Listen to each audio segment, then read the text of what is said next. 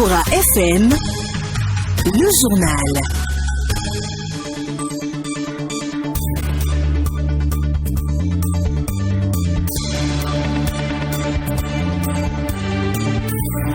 Mercredi 18 août 2021, c'est le journal sur la 102.3. Voici le sommaire. Le Bénin fait face depuis quelques jours à la recrudescence des cas de Covid-19. Cette hausse des cas illustre le nouveau bilan disponible sur l'évolution de la pandémie. Suite à une opération dénommée coup de poing dans la commune de Glazoué, la police républicaine a démantelé un réseau de voleurs et receleurs qui en fait est complicité avec des cadres de l'Agence nationale des transports terrestres ANAT. Et puis au Niger, au moins 37 civils, dont une dizaine de femmes et d'enfants ont été tués lundi dans l'ouest du pays lors de l'attaque par des djihadistes. Voilà l'essentiel à développer dans cette édition. D'autres sujets vont meubler ce journal. On se retrouve juste après cette courte pause. Aristide Séti. Bienvenue à tous et à toutes. Merci d'avoir choisi la radio africaine pour vous informer. La situation du Covid-19 au Bénin devient de plus en plus préoccupante.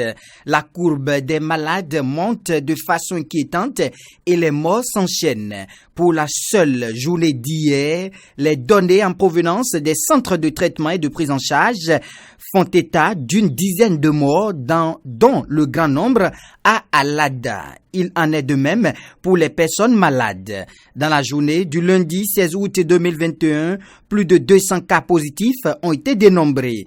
Face à la recrudescence des cas positifs du virus et des décès et pour sauver le maximum des personnes, les informations de sources proches du ministère de la Santé font état de la généralisation et de l'utilisation de la chloroquine.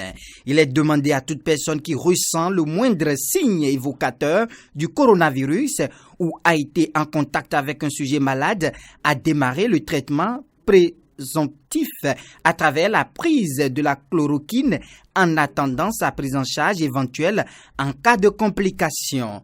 Pour faciliter l'acquisition du médicament, toutes les pharmacies sont instruites au fin de le rendre disponible à tous ceux qui en manifestent la demande. La vaccination est également fortement recommandée pour éviter les cas graves. Dans ce cas, plusieurs points sont ouverts partout au Bénin pour l'opération. Justement, parlant de Covid-19, les jeunes non vaccinés et sans comorbidité sont les plus touchés par cette troisième vague du Covid-19. Pourtant, sur le terrain, on constate un relâchement dans le respect des gestes barrières. N'est-ce pas, Laurette Kankangui? Dans le but de contenir la crise sanitaire relative au coronavirus, le gouvernement béninois a pris une série de dispositions. Entre autres mesures de lutte contre la propagation de la Covid-19, les gestes barrières obligatoires rappelés à longueur de journée sur les médias et différents canaux de communication sur tout le territoire national. Mais après quelques mois d'application des mesures et barrières pour lutter contre la Covid-19 au Bénin, on observe un relâchement dans certaines villes. C'est le cas de la commune d'Abomey-Calavi. On est fatigué de pratiquer les mêmes mesures. En fait, oui, moi-même, ça m'arrive parfois d'oublier le masque. Pour être franc avec vous, parfois, on le porte pour éviter d'être arrêté. Pour certains citoyens rencontrés, les gestes barrières sont difficiles à respecter. C'est une période un peu compliquée pour tout le monde. Le port du masque, les gestes barrières et puis laver les mains à chaque fois, c'est pas dans nos habitudes. Donc, il arrive des fois qu'avant de sortir de la maison, on oublie le masque, on est obligé de prendre ça au bord de la... C'est un peu compliqué, je n'arrive pas à respecter ça tous les jours. Différents arguments justifient ce non-respect des gestes barrières. Au marché d'Akasato, certaines vendeuses se disent fatiguées du port des masques. Moi ici, je ne crois pas que la maladie existe. Ils ont dit que les gens sont morts, mais je vais voir ceux qui sont décédés avant de croire. Personne n'est mort dans mon entourage. Je suis fatiguée du port de masque. Je l'ai mis depuis le matin, mais tout mon visage me brûle et ça me gratte. J'ai dû l'enlever. Pendant ce temps, d'autres s'y conforment. Nous les Zim, respectons les consignes données par le gouvernement, plus que tout le monde. Tu vois n'importe quel Zim, il a le masque sur son visage. On le dit à tous les clients qu'on veut prendre. Si un client ne met pas son masque, on ne le... Je suis venu en vacances, ça fait à peine une semaine, mais je constate que c'est bien géré à Cotonou. précisément au Bénin. Donc je peux dire que je félicite le ministre de la Santé de ce qu'il a mis en place à l'aéroport de Cotonou, à notre arrivée et puis au départ. Une note positive tout de même dans les administrations publiques et structures privées où toutes les dispositions prises pour protéger les citoyens sont résolument respectées. Le commissaire de la ville de Glazoué a présenté à la presse les premiers fruits de l'opération coup de poing enclenchée depuis quelques jours. La première grosse prise de cette opération est le démantèlement d'un réseau national de vol et de recel de motos qui a réussi, bien entendu, à implanter ses racines à la direction des transports terrestres DTT, devenue Agence nationale des transports terrestres ANAT. Selon le commissaire, les membres du réseau ont des complices à la direction des transports terrestres DTT. Il y a aussi des gens à la DTT puisque j'ai intercepté des messages où les gens leur proposent 45 000 francs CFA et même 100 pièces. Ils sont prêts à leur faire des plaques d'immatriculation, a-t-il affirmé le commissaire Chalmagne Tonon. Communément appelés racoleurs, ils sont présents sur les gares routières. Leur activité consiste à aider les conducteurs à faire le plein de passagers. Comme dans tout métier, les racoleurs rencontrent des difficultés dans l'exercice de leur métier. Carnot François Mbreto a réalisé un reportage sur les risques liés à ce métier. Longtemps considéré comme une activité illégale, le métier de racoleur s'est définitivement installé sur les gares routières. Le racoleur a pour rôle d'aider les passagers qui désirent prendre un taxi de parvenir à leur fin, moyennant de l'argent de la part des conducteurs de taxi. Il est donc différent de l'agent chargeur. Il y a nos collègues qui ont le permis et qui n'ont pas de boulot, qui nous aident à faire le chargement. On les appelle les agents chargeurs. Et il y a les gens qui n'ont pas le permis et qui nous cherchent des passagers. Ceux-là vont au bord de la voie, au bord du marché pour nous amener les passagers. C'est les agents racoleurs. Si les clients sont arrivés avec leur bagage, s'ils déposent, c'est les racoleurs qui suivent ça. C'est un métier qui présente plusieurs risques, comme nous le confirment ici des racoleurs et chauffeurs rencontrés sur le parc automobile du marché international d'Antokpa.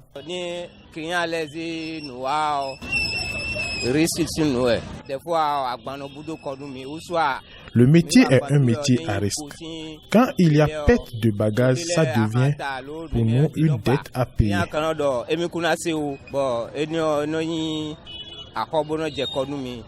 Les peines, ils ont mal aux reins. Ils ont mal aux reins.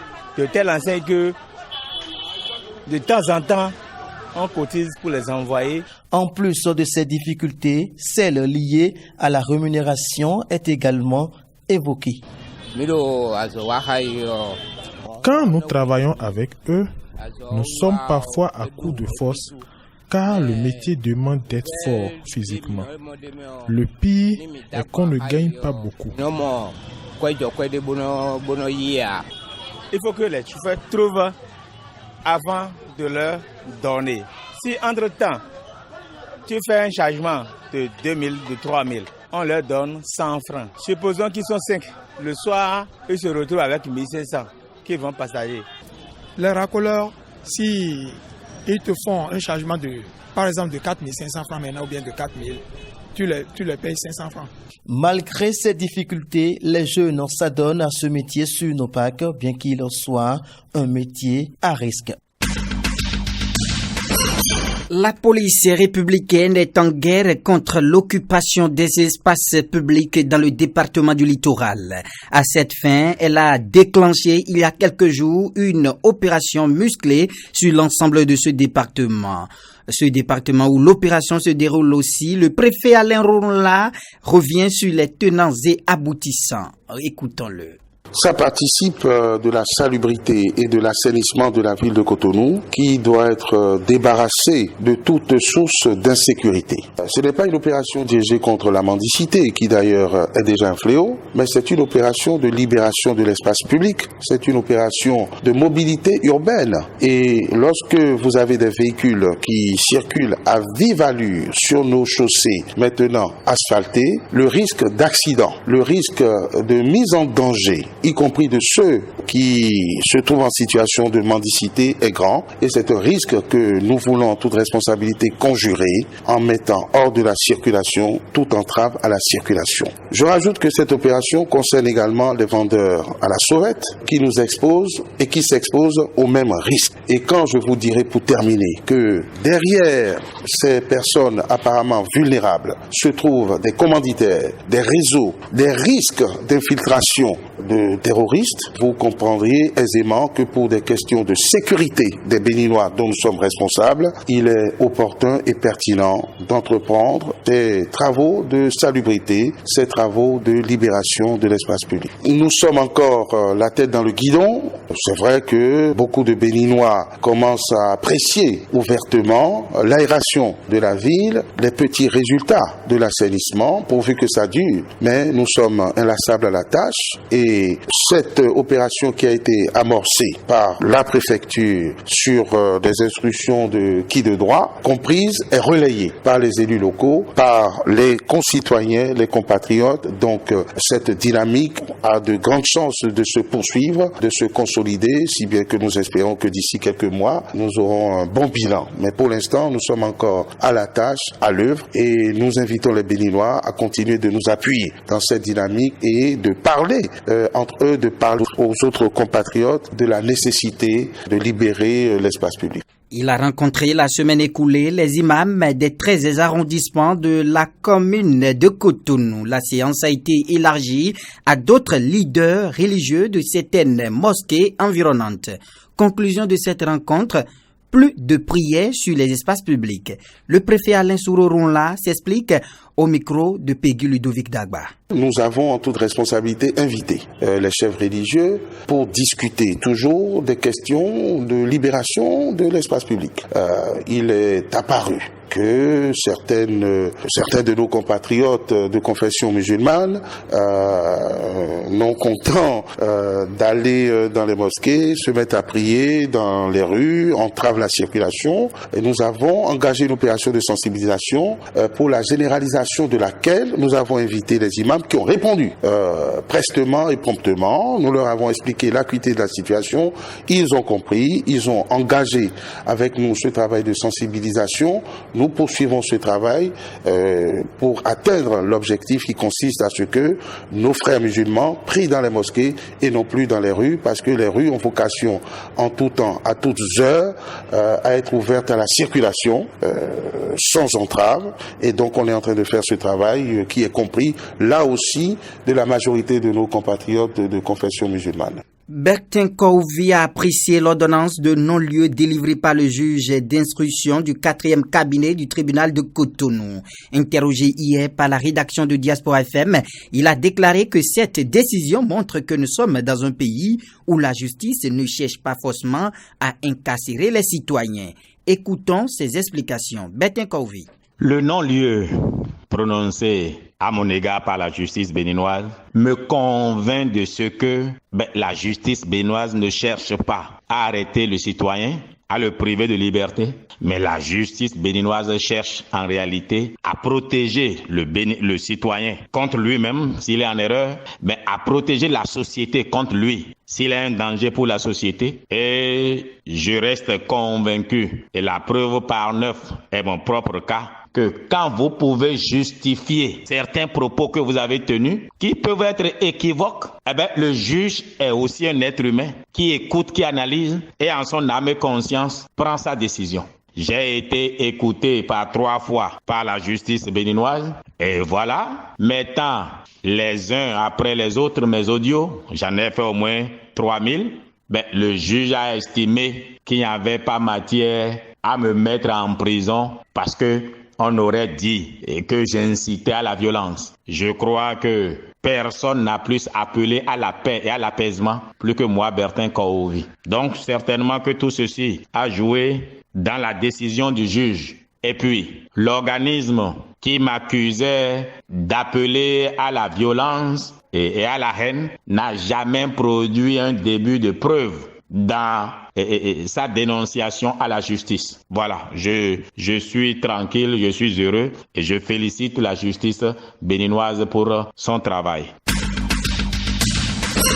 Au marché d'Akasato, bon nombre de vendeuses sont devenues ambulantes depuis la dernière opération de déguerpissement dans la commune d'Abomey-Calavi. Dans le même temps, le marché de Niéné, situé à quelques encablures de là, n'est toujours pas ouvert. Une équipe de Diaspora FM est allée faire le tour des deux infrastructures marchandes. Frédéric Espoir Mambou. Comme leur père des autres marchés situés aux abords des voies importantes du Bénin, les vendeuses du marché d'Akasato subissent des casses pour les contraindre à ne plus s'exposer aux dangers de la circulation. Dame Silikatou Yessoufou est vendeuse au marché d'Akasato. Elle raconte. Sans rien dire, ils ont commencé par casser les auvents, tout. Bon, on ne comprend rien. On nous dit de nous reculer derrière, de rester dans notre boutique. Maintenant, il y a des vendeuses ambulantes qui se promènent sur la tête un peu partout. On leur dit d'aller dans le marché. Bon, d'autres disent qu'elles sont parties, mais il n'y a plus la place dans le marché là-bas. Une situation qui aurait occasionné la mévente et même la faillite, selon certaines vendeuses. Ça nous fatigue, on ne vend plus. Les gens, surtout le jour, ils ont commencé par casser là.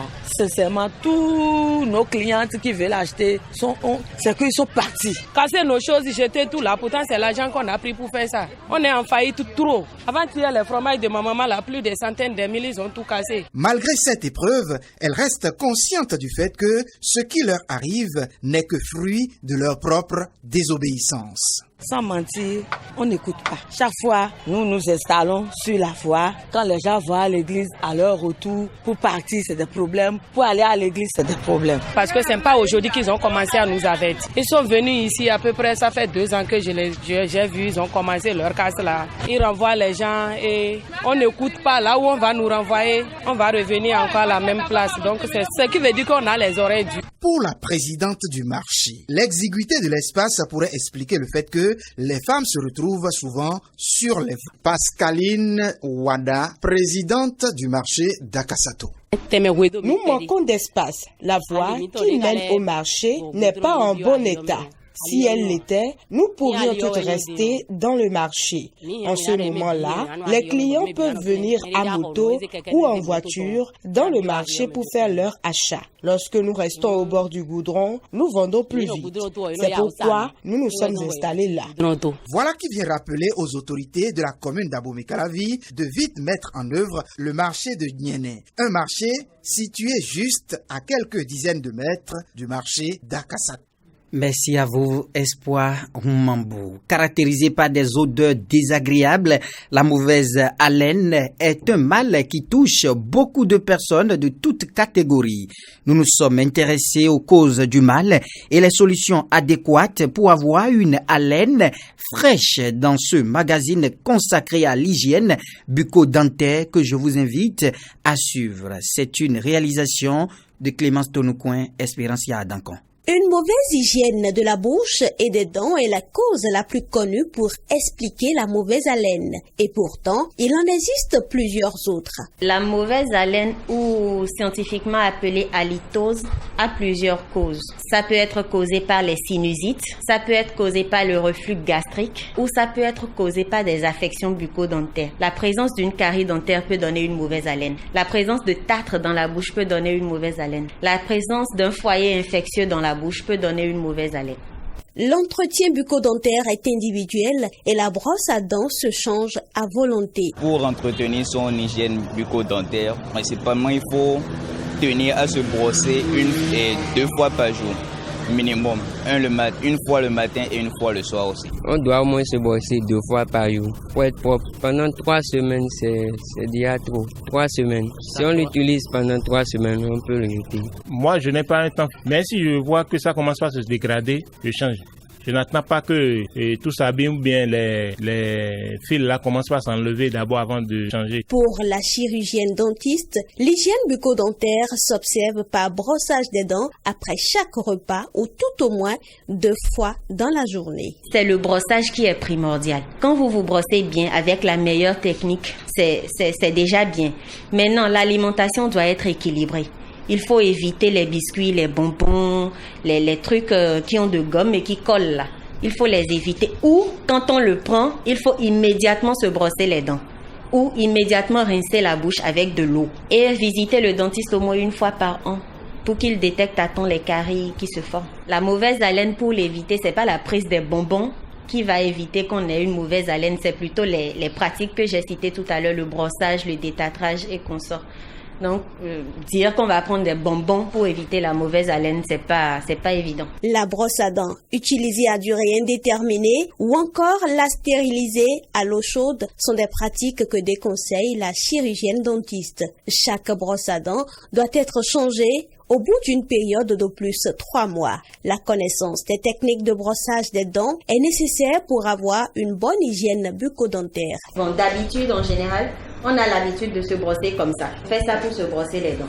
Mais ce n'est pas la bonne technique. Pour se brosser les dents, on divise la bouche en 4 cadrans. La mâchoire supérieure en 2 cadrans. On va des dents qui sont derrière, des dents postérieures aux incisives. Ça fait le premier cadran. Le deuxième cadran, ça va de là à là. Le troisième, de là à là. Et le quatrième, de là à là. Donc, il faut se brosser par cadran pour ne pas se perdre. On pose la brosse sur la gencive. Il faut un angle de 45 degrés. Et on fait ce mouvement-là. Quand c'est en haut, toujours de la gencive vers la dent. Et on le fait jusqu'au premier cadran. L'intérieur aussi, il faut faire la même chose. Toujours de la gencive vers la dent. Mais là, il faut le faire plusieurs fois. Maintenant, les surfaces occlusales, les surfaces des dents, là, il faut faire ça. Maintenant, quand on va en bas, il faut faire la même chose. Toujours de la gencive vers la dent. Mais cette fois-ci, ça fait du bas vers le haut. Et il faut consacrer au moins 30 secondes à chaque cadran. Donc, ça ferait au moins 2 minutes pour le brossage. Maintenant, pourquoi on demande de brosser verticalement? Quand vous vous brossez comme ça, les soies de la brosse passent entre les dents et éliminent les débris alimentaires. Maintenant, quand les débris restent, on a l'habitude parfois d'utiliser les pics-dents, ce qui est déconseillé. Il y a les brossettes interdentaires ou les fils dentaires à la pharmacie. Et pour l'utiliser, on fait juste ça, on enfonce à l'intérieur et on fait ça. Ça sort. Là, ça ne traumatise plus la gencive. Le médecin exhorte les parents à brosser les enfants de moins de 6 ans. Chaque individu doit faire 1 fois l'an le détartrage et ceci chez un dentiste. Les nouvelles africaines et internationales. Au Niger, un nouveau massacre de civils a été perpétré dans l'ouest du pays par des djihadistes présumés. Au moins 37 personnes ont été tuées lundi après-midi lors d'une attaque à Daredaï, village à 40 km à l'est de la ville de Bani Bangou, près de la frontière du Mali. Il s'agit d'une zone enclavée de la région de Tillabéri où les exactions commises par des groupes islamistes armés se sont multipliées depuis le début de l'année. Le tribunal militaire de Ouagadougou a fixé au 11 octobre 2021 l'ouverture du procès de l'affaire Thomas Sankara. Le père de la révolution burkinabé a été assassiné le 15 octobre 1987 au cours d'un coup d'État portant au pouvoir le capitaine Blaise Compaoré. Pompiers, militaires et volontaires continuent samedi d'éteindre les derniers feux de forêt qui ravagent le nord de l'Algérie. Des incendies qui ont fait depuis lundi quelques 90 morts, parmi lesquels 33 militaires, selon des bilans des autorités locales. À présent, le sport.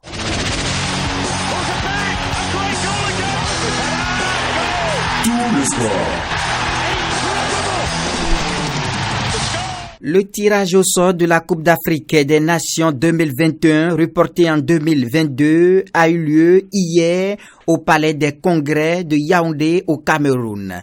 Le pays hôte affrontera le Burkina Faso lors du match d'ouverture le 9 janvier. L'Algérie, tenante du titre, devra défier la Côte d'Ivoire. Au programme, groupe A, Cameroun, Burkina Faso, Éthiopie, Cap-Vert. Groupe B, Sénégal, Zimbabwe, Guinée, Malawi. Groupe C, Maroc, Ghana, Comores, Gabon. Groupe D, Nigeria, Égypte, Soudan, Guinée-Bissau. Groupe E, Algérie, Sierra Leone, Guinée équatoriale, Côte d'Ivoire. Groupe F, Tunisie, Mali, Mauritanie, Gambie.